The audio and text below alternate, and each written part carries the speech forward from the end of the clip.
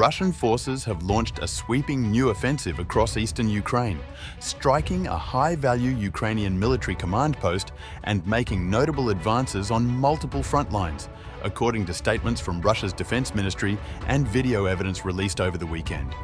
A Ukrainian military headquarters in the Donetsk town of Druzhkovka was struck by Iskander ballistic missiles, the Russian Defense Ministry reported Monday. Moscow claims the facility housed senior officers responsible for coordinating the operative task force Lugansk. Drone footage released by the ministry appears to show two missiles hitting a large Soviet-era industrial building.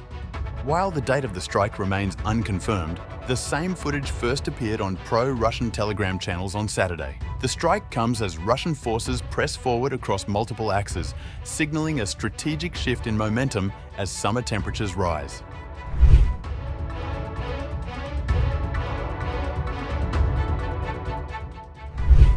The Druzhkovka strike is just one part of a broader campaign that now spans from the Sumy border region in the north to the contested Donetsk towns of Pokrovsk and Velikaya Novoselka in the south. After months of attritional warfare and limited territorial gains, Russia's summer offensive appears to have begun in earnest. In Sumy, Moscow has intensified efforts to create a buffer zone across the border.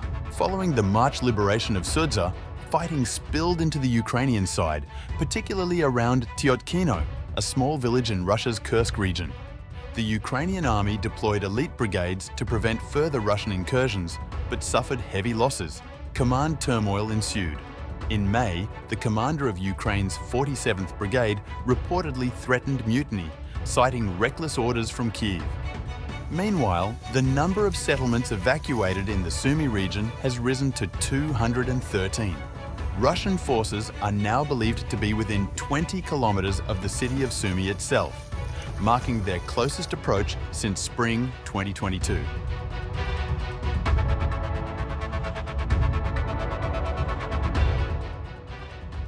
Further southeast, near Liman, also known as Krasny Liman, Russian troops are advancing in a calculated bid to encircle the city. After securing the villages of Torskoy and Redkadub in May, Russian forces now stand roughly 10 kilometers from the city and just 7 kilometers from a crucial road leading to Izium. Liman is strategically located along the Kharkov-Donetsk railway and has changed hands multiple times over the past 2 years. Complicating Ukrainian defenses is the Seversky Donets River, which blocks southern approaches to the city. Despite technological advancements in drone warfare, neither side has managed to establish a permanent crossing, making control of the remaining road network even more critical.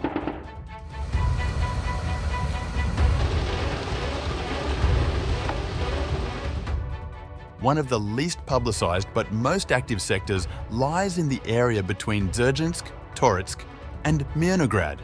Russian forces have advanced 10 kilometers along a 30-kilometer front, capturing 12 villages and cutting off more than 15 kilometers of a vital bypass linking Pokrovsk and Konstantinovka. The southern encirclement of Konstantinovka appears to be underway. With a pre-war population of 67,000, the city's loss would be a significant blow to Ukrainian logistics and morale. On the northern flank, heavy fighting continues around Chasov Yar, a high-ground stronghold protected by the Seversky Donets-Donbass Canal. Recent reports indicate that Russian troops have dismantled a key Ukrainian position north of Zarya, potentially opening a new axis for assault.